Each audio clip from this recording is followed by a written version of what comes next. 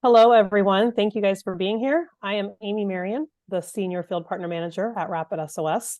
Thank you for tuning in this afternoon on RapidSOS Day 2 of Ready23. We are really grateful that you have joined us for a day dedicated to excellence from our public safety community across the country. Ready23 is an opportunity to connect, collaborate, and catalyze change in the world of public safety and emergency response. We encourage you to continue engaging on the Ready23 virtual platform, HUVA, and participate in this event with the polls or question and answers. Today, we're joined by two leaders in 911 who have significant experience preparing for large-scale events. We will discuss how they plan and prepare for keeping the community and attendees safe during events, how they collaborate with other agencies and stakeholders prior to and during events, and how they utilize technology and tools to communicate, as well as some lessons learned. So joining me today, Heather McGaffin, Director of District of Columbia, Office of Unified Communications, and Loretta Hadlick, Police Communications Manager and Technology at Glendale Police Department in Arizona. So I'm going to let each of them share a little bit more about themselves. If you would just kind of introduce yourself, give a little bit of your background, and if you want to highlight anything we're here to talk about, please feel free. So Heather, I'm going to start with you. Hi, thanks so much, Amy. Good afternoon, everyone. My name is Heather McGaffin, and I am the Director of the Office of Unified Communications in Washington, D.C. We are the city's 911 and 311 center.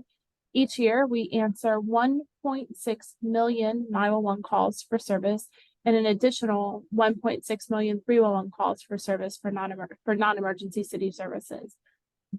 Today, I'm really excited to be here to talk about the experiences that we've had. I've been in the 911 industry for nearly 20 years myself, starting as a call taker and dispatcher, and have worked in both a small rural center as well as a large city center now. So thank you so much for allowing me to join you today. Thanks for being here, Heather. Loretta? Hi, my name is Loretta Hadlock. I work for the City of Glendale Police in Arizona. I am the Police Communications Manager and responsible for all technology that's within our centers. And within the police department. We handle all large-scale events here in the city of Glendale with State Farm Stadium, and I have been in the industry for 38 years. In the past 25 years, I've been as a manager, and I too worked up my through the chain as a call taker up to dispatch supervisor and then manager. And I came from a rural area in northern Arizona. Arizona, which is a very small town, and I went to the large city, and happy to be here. Thanks so much. I'm sure that nearly every emergency communications center director or manager has planned for or prepared some event in their community. Maybe it's a parade, large sporting event, an annual festival, something along those lines.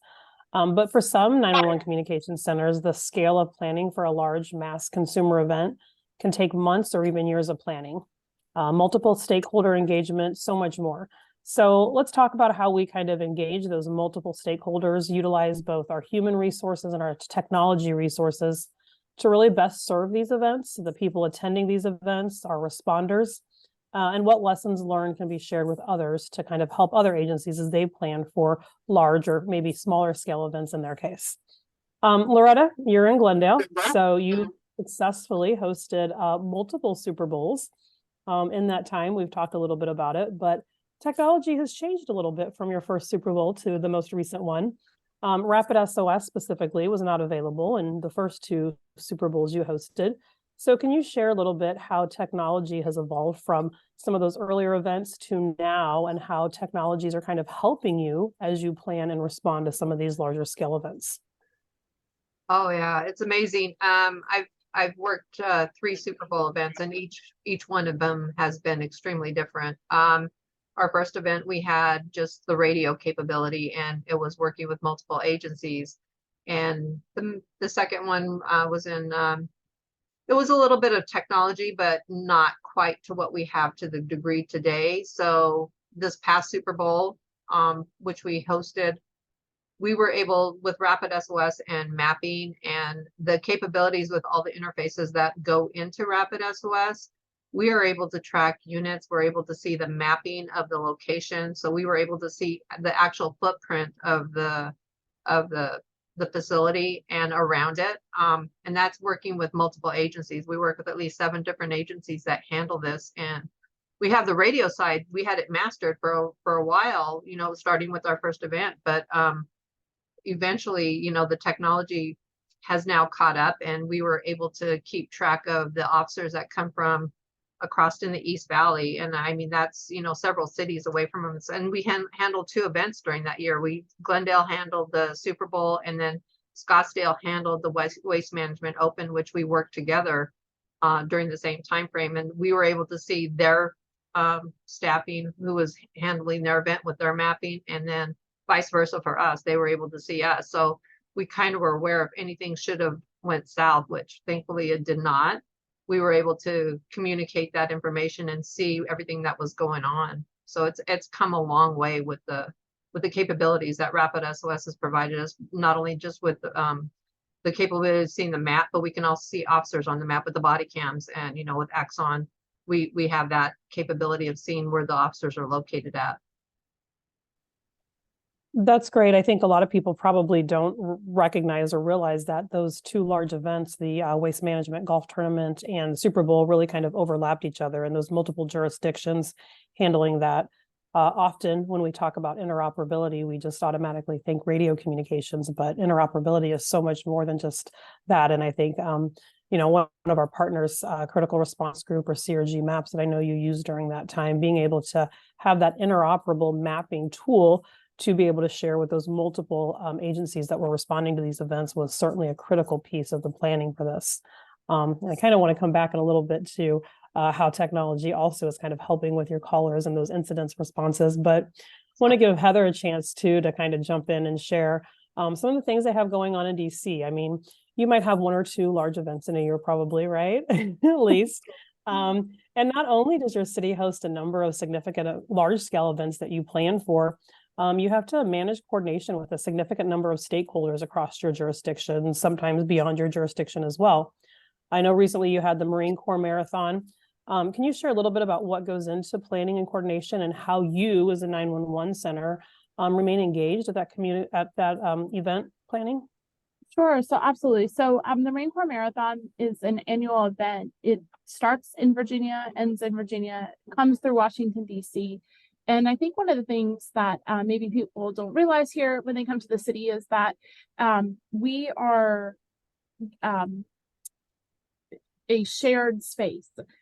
So you could be on a street and it's a city street. You could be on a sidewalk, it's federal sidewalk, and then you can be on the grass and it's another federal partner, because we are sharing space with 27 federal law enforcement agencies. So Secret Service, you know, Park Police probably has the biggest footprint beyond our local Metropolitan Police Department. But I think a lot of people don't know, you know, there's a police force for the Supreme Court. There's a police force for the Department of Ed. And so we have a lot of coordination that we have to do during those events. And some of our roadways are not DC roadways, they're federal roadways, they're parkways. And so for like the Marine Corps Marathon, even though they're coming into DC, for a good portion of that, they are on federal roads or land. And so it takes a lot of coordination with the mapping to understand. Now, for fire and EMS, we are dispatching everywhere unless it's a naval installation. They have their own fire and EMS at the Naval District of Washington. And so when it comes to that, it's not as much coordination needed, but certainly when police events happen or police are needed, that is a lot of coordination. And so while we do have a lot of big events here that are planned, we have a lot of events that maybe we know about and were planned, but then kind of escalate. And I think the one that comes to my mind is January 6th. And so while there was a First Amendment event on the calendar and we had coordinated for that, and we had used mapping software to create a special event zone for units to be dispatched that were assigned to that area, that escalated, that moved as we kind of all watched, and became a very unplanned event. And so we really had to quickly kind of turn how we were operating.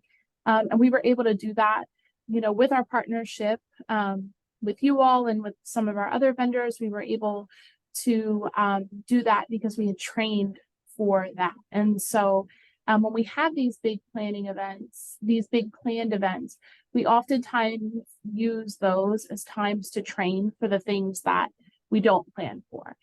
So, we plan, we do the hot washes afterwards, we have tabletop exercises, and we do that in a larger region too, just because we are right here and we are smaller, that a lot of times we need assistance from other jurisdictions. And so having the capabilities and the resources and all being able to see something, especially when it's cloud-based and we can kind of get logins on the fly, which is a big thing.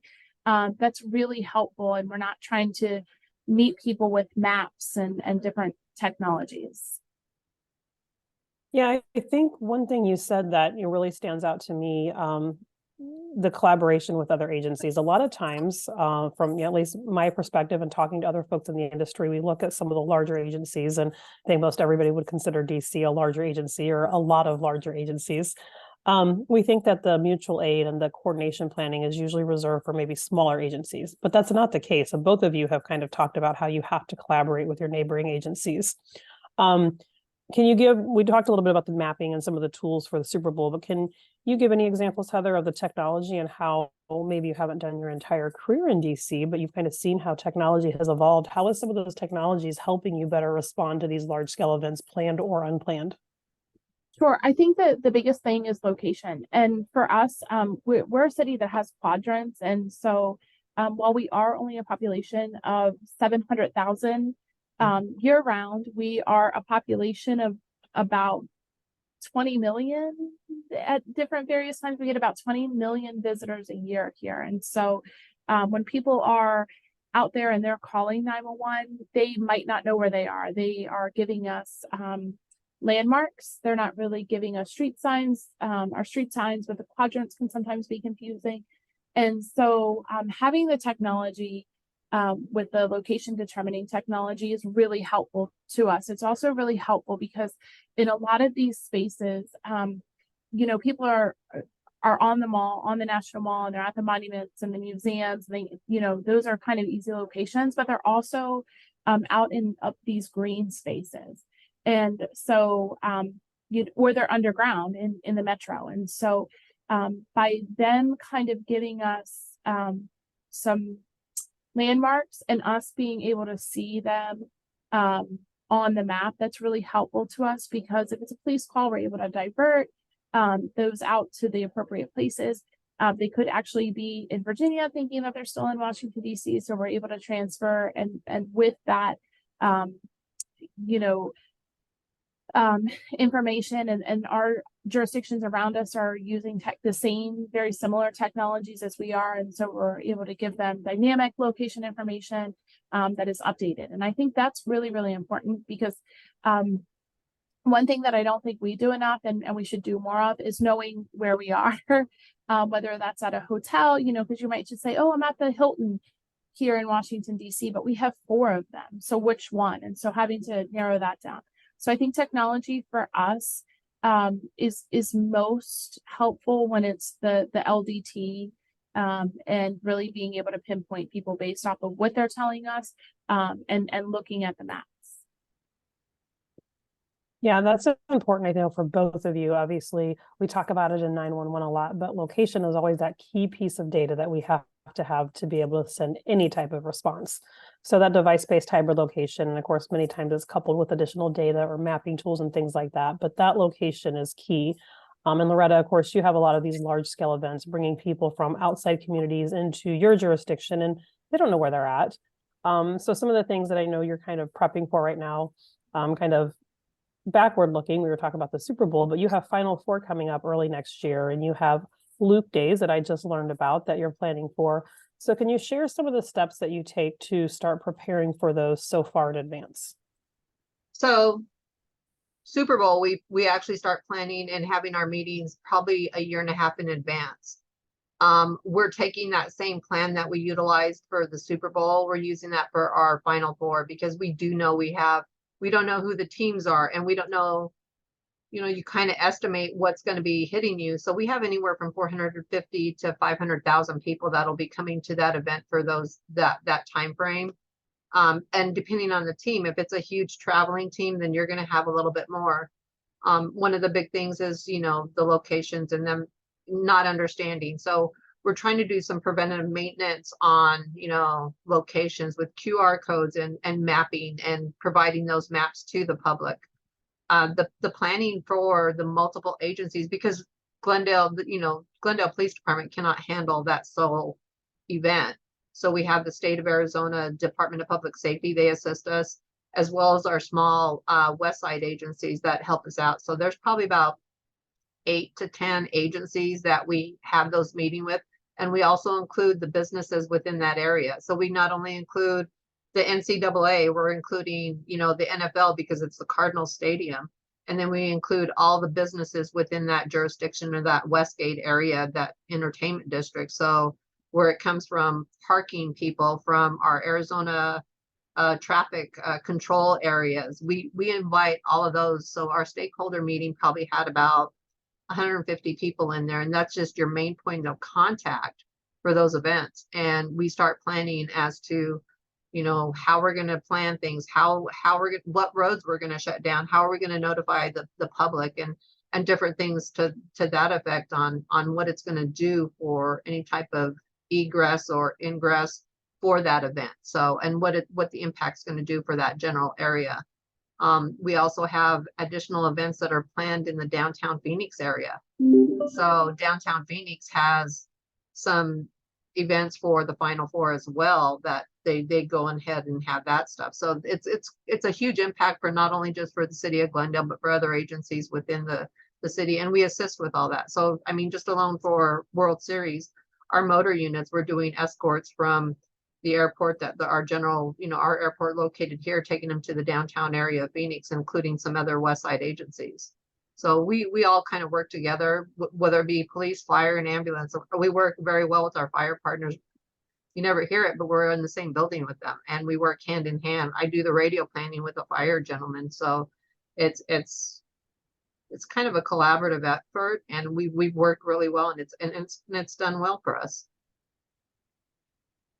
Collaboration, interoperability, these common themes.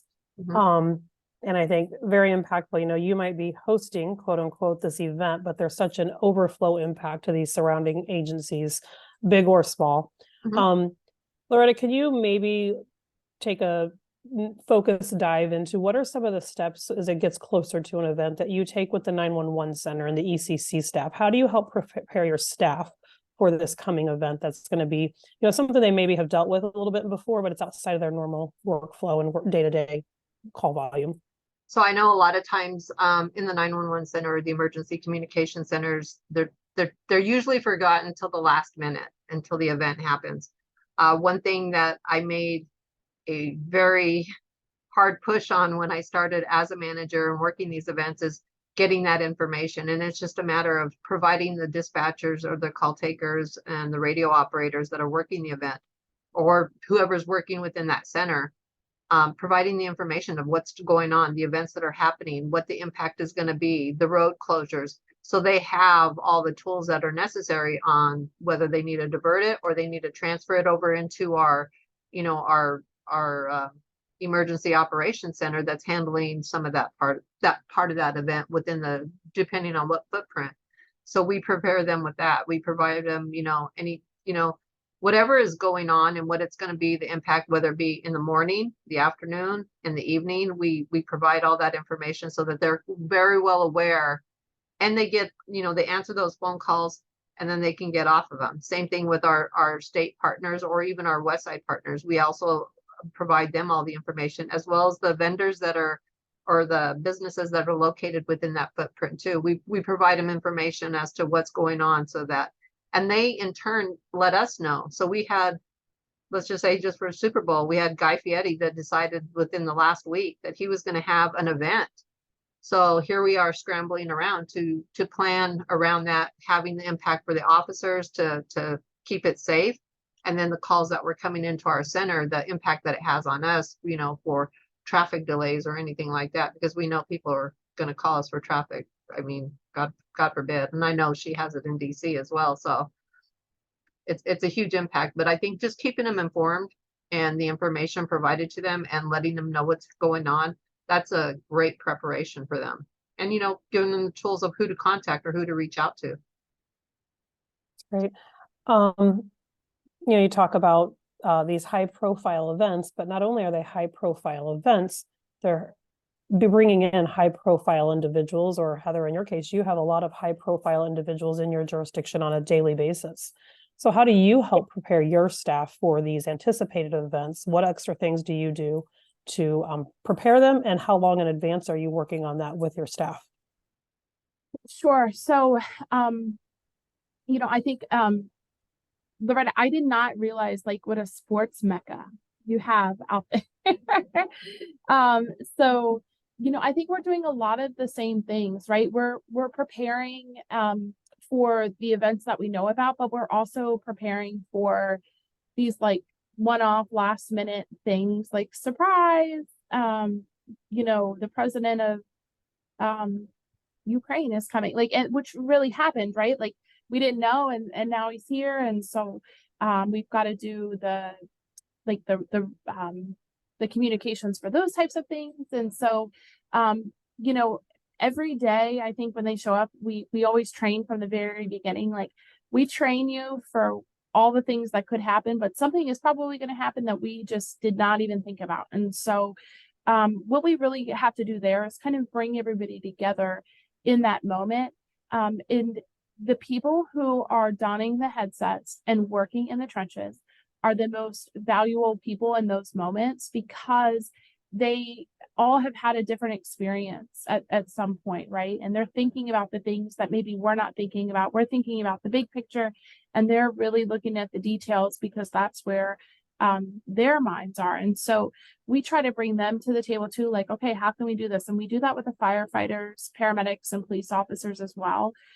Because, we might be preparing for the fireworks at the National Mall on the Capitol for 4th of July, but they know that these neighborhoods are really prone from years past of doing their own fireworks show. So we need to be kind of planning for that too. So we do a lot of that. We also do a lot of just really situational awareness. Kind of watching the news, social media. They might, the government or the Guy Fieri's of the world might not be tweeting that they're coming to Arizona or to, but somebody knows, right? And so we're kind of monitoring that to be a part of that. We also really try to just have extra staff on hand when possible. And I know in this day and age, it's a hot topic, staffing shortages in 911 centers. And we're not exempt from that. We're having that too. But what we have learned and what we have witnessed, what I have witnessed, is that when things get insane, people show up, they come, they are so tenacious, they are so full of grit, and they show up. So I think that is a big piece of technology too, because here in Washington, D.C., we have two centers. We have our main center, and then we have a backup, but they can run simultaneously. And I can remember specifically on January 6th, at one point, we just see names popping up on our board.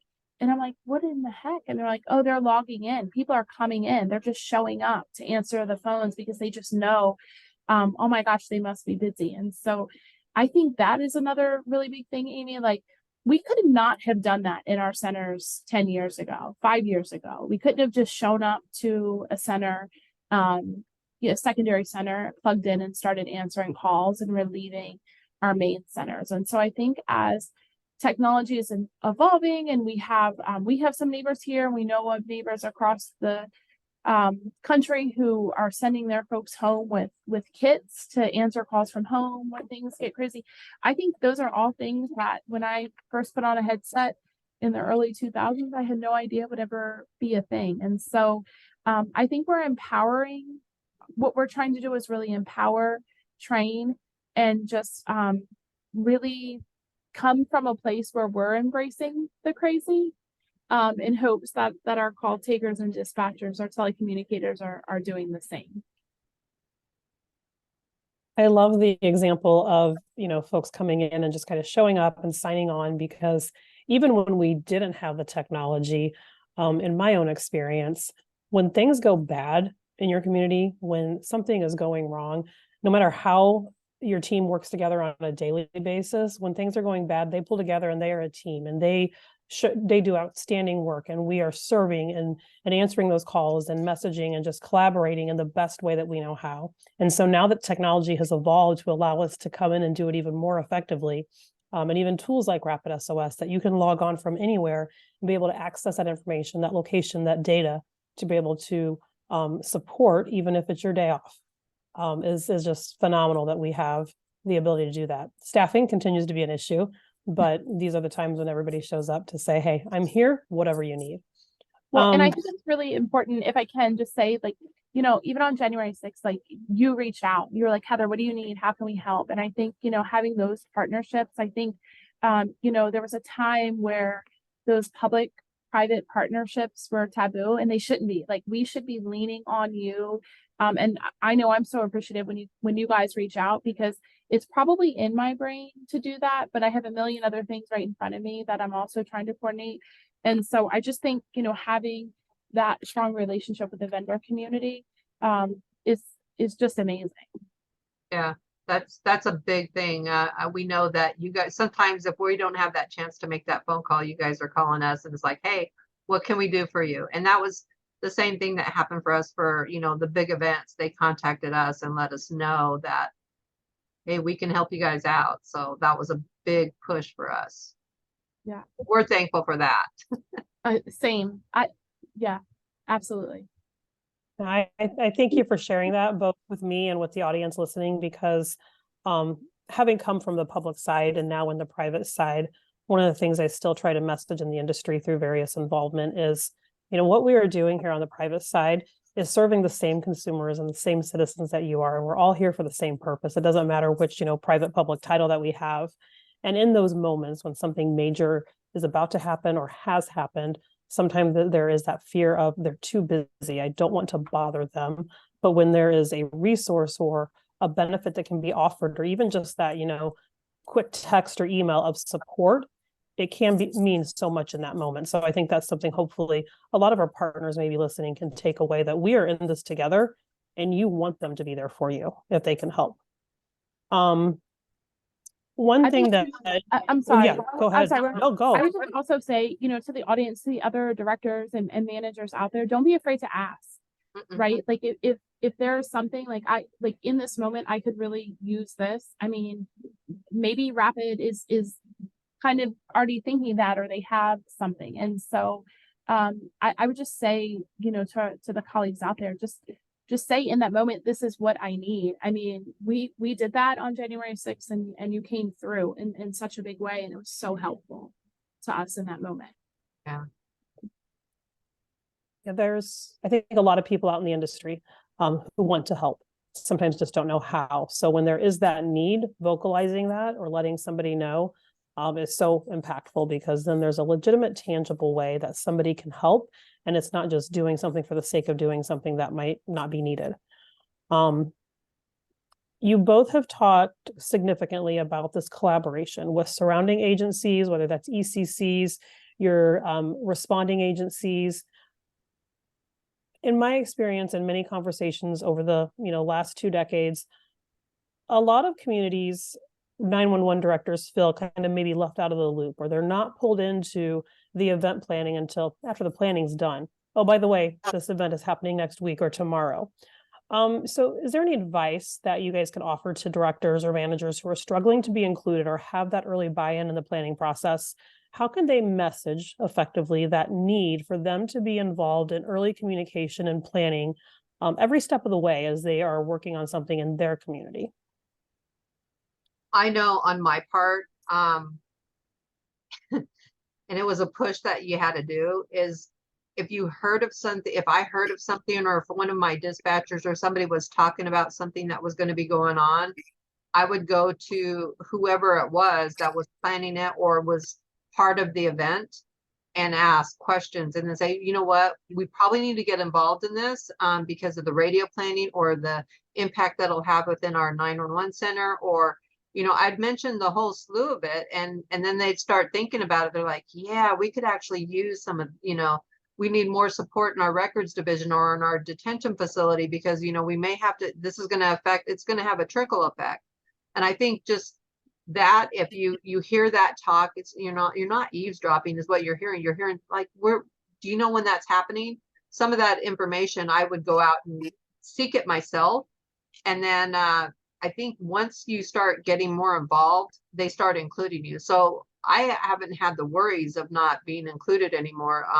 But it took probably the first 3 or 4 years to let them know, hey, this is going to have a huge impact on us. And, you know, we'd like to help you guys out, but we'd also like to make sure we have sufficient staffing to be able to support you in the event, to make sure everything runs smoothly for you. And, you know, we kind of put the plus for them, but I mean, it's in all aspects. It's not only for them, but it's also for the citizens who are calling in for assistance. And we still have to run the day-to-day operation.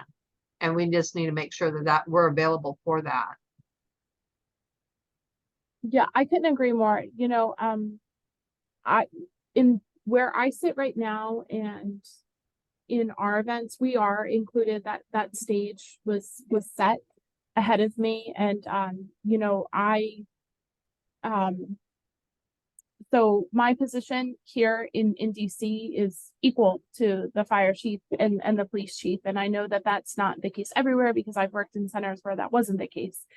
So where I sit today is a little bit different, but I kind of bring my own chair to the table sometimes because what I think happens is the planning is about the event and about the people. And because we're not seen, because we're not out there with our headsets on, I think it's like out of sight, out of mind type thing. And so sometimes you just have to be like, hey, so who's going to dispatch that? How are you guys going to even know where to go? And so I think you really just have to try and create the culture in your jurisdiction that you are a very vital link to the public safety chain, right? The chain starts here. And so, you know, your executives, your legislative branches, they need to really understand that.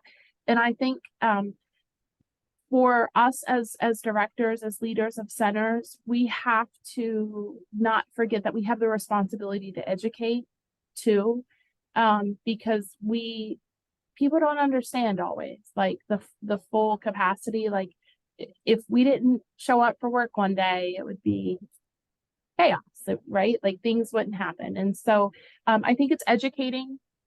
I think it's advocating.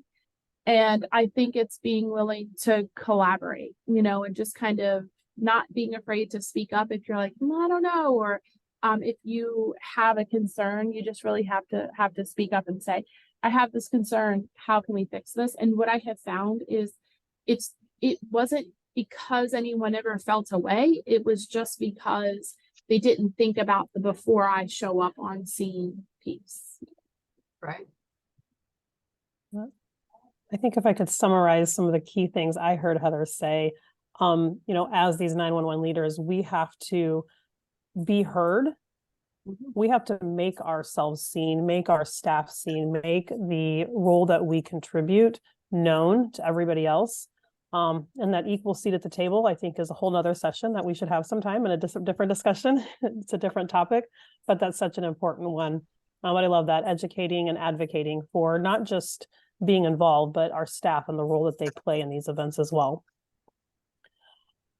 So we talked a lot about planning, collaboration, interoperability, but we're going back to kind of the technology and how technology has evolved. One of the challenges with large events, a lot of people coming into places they don't know, is an increase in calls, an increase in people calling who don't know where they're at or how to tell you where they're at specifically. So can you tell me how technology has kind of helped improve that response for each of you, whether specific to an event or just on the day-to-day? Whichever one of you want to start, go ahead. I think Heather mentioned it earlier, is that you can actually pinpoint the locations.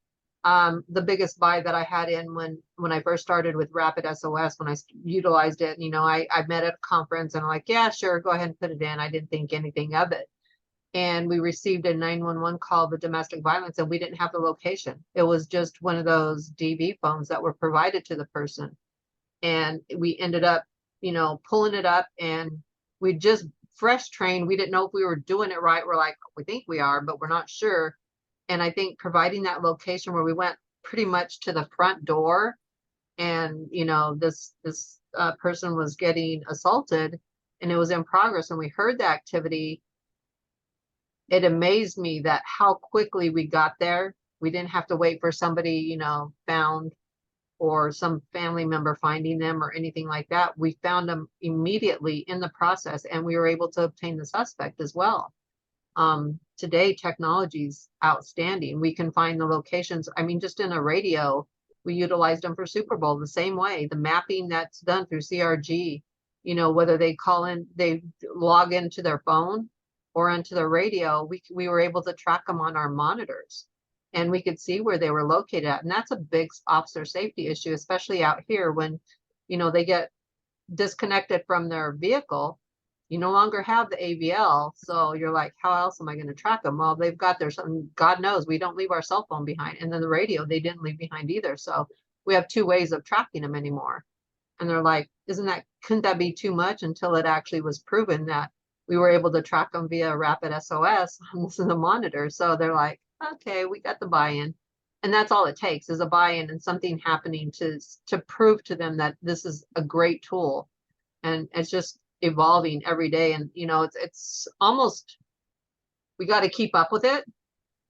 It's hard to keep up with a lot of the technology, but I think if you're a tech geek sometimes, like some of us are, you enjoy watching it work. Now we're starting to work with the drones and that. So, I mean, we're seeing a lot of activity of that. So now we actually have the visual piece as well as the mapping piece. So it's crazy how much it's evolving and where it's come from, where I was looking at a paper map and now I'm looking at a digital map where I'm showing the unit on the screen. So that's huge.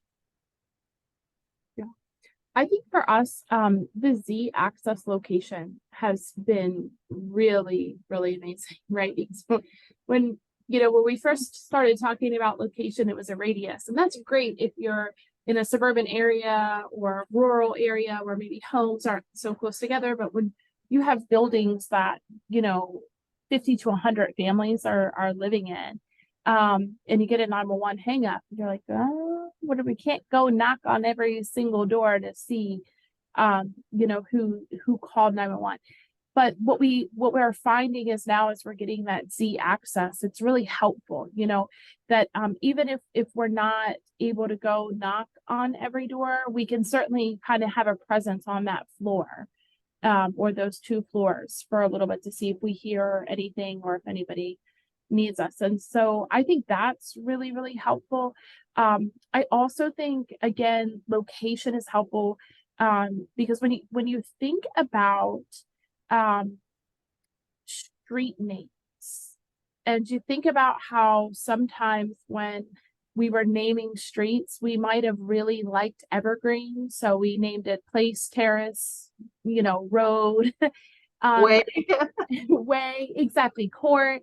And then we put them all off of one another. So this, so we can live in like evergreen fields, subdivision, so I think when we mapped, we didn't think about all of these things that were yet to come. And so, it's really helpful. And I think it's really changed the way that call takers are interacting with callers, because I hear it, I know that you're saying you're on Evergreen Way, but I'm showing you on Evergreen Terrace.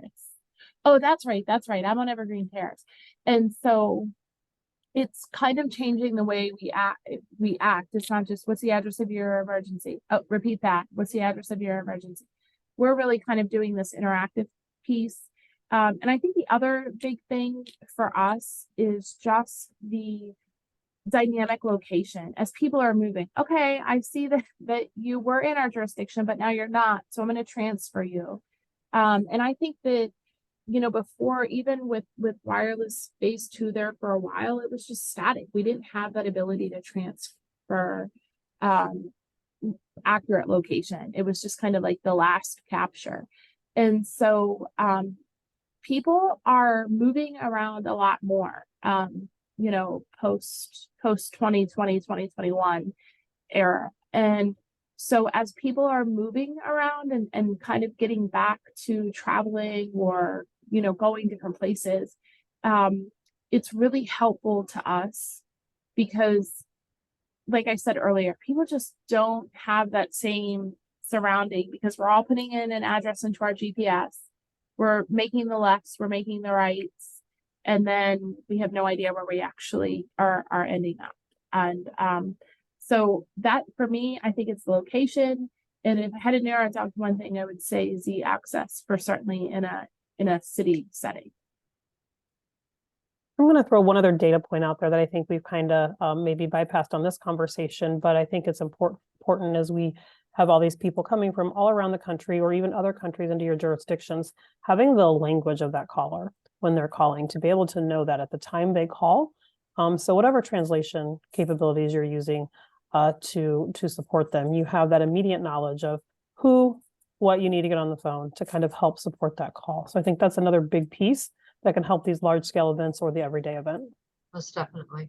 Absolutely. Absolutely. So here, oh, I was just gonna say, here in Washington, DC, you know, we also are home to hundreds of embassies.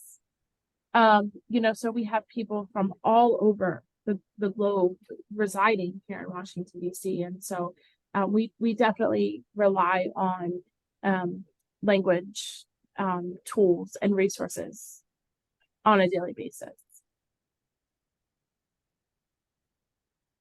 I know we're coming up kind of on the last 4 minutes. I don't see any questions pending, but I do have at least one last question for each of you. If you could say, what's the next thing? What's missing from the technology stack that you have or capabilities as they're going to continue to expand? What's that other piece of the puzzle that would help you as you plan for and respond to these very large scale events? Wow.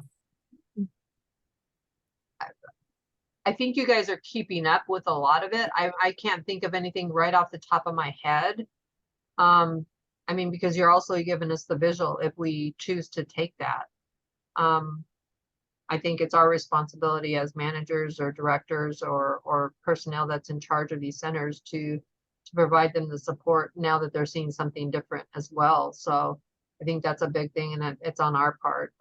But the technology is keeping up and pretty much advancing as much as quickly as we can get going. And so you know, it's not just working off of a television anymore. It's working where you're actually seeing everything happening live. It's a live stream anymore. So I know that's really big for us, and we're trying to catch up with that mental health portion of it. So I think that's a big thing for us as managers and directors in that. Mm-hmm. So I've always kind of said no to what I'm about to say, but within the last couple of weeks, I'm like, I could probably get on board with this. I think some AI in the call before it reaches the call taker, not to, you know, not to lengthen the time that it takes for a call taker to get on the phone, but understanding that because of our staffing issues, we're not all meeting those standards of the 15 seconds or less, right? And so if we can, you know, see ahead of time where like the calls are coming from. So if we've got like 10 calls here and we already know there's a traffic accident, and we have this outlier over here, like let's see what this is about so that we can maybe address this, because this is the baby not breathing. We need to get on that call. We already know about the accident, right? So I would say I'm just really curious to see how AI is, but I couldn't agree with Loretta more. I think the technology is there. I think it's that our industry was kind of behind for so long in the technology that we weren't really preparing for what that looked like operationally and educational wise. And so now we're playing catch up. But I think you guys are doing a great job in helping us with those things. And I think that the technology, you're doing a fantastic job of keeping up on the technology, but I'll just be curious in the next couple of years to see how AI is helping us in our centers. Yeah, and how Yeah, that's how it evolves, because I know right now Mhm. we're doing on non-emergency, but I'm interested to see how much more it'll hit. And how Yeah. accepted it'll be by the residents we serve. Yeah. As you're talking about that, just how could AI help in automatic call distribution potentially in those kind of clusters of calls versus the outlier? Yeah. So that's a whole other session we could probably have another It's a whole discussion nother about. But we are definitely up on time. I certainly thank both of you for sharing your experience, your expertise, and contributing. We're grateful to have you part of RapidSOS Ready community. If anybody on the audience does have questions they think of later, please feel free to reach out to me on LinkedIn or at amarion@rapidsos.com. We have a couple more sessions this afternoon. We do hope you'll stick around, engage on our Whova platform. And thank you, Loretta. Thank you, Heather, both for being here and participating. Thank you so much. Thank you.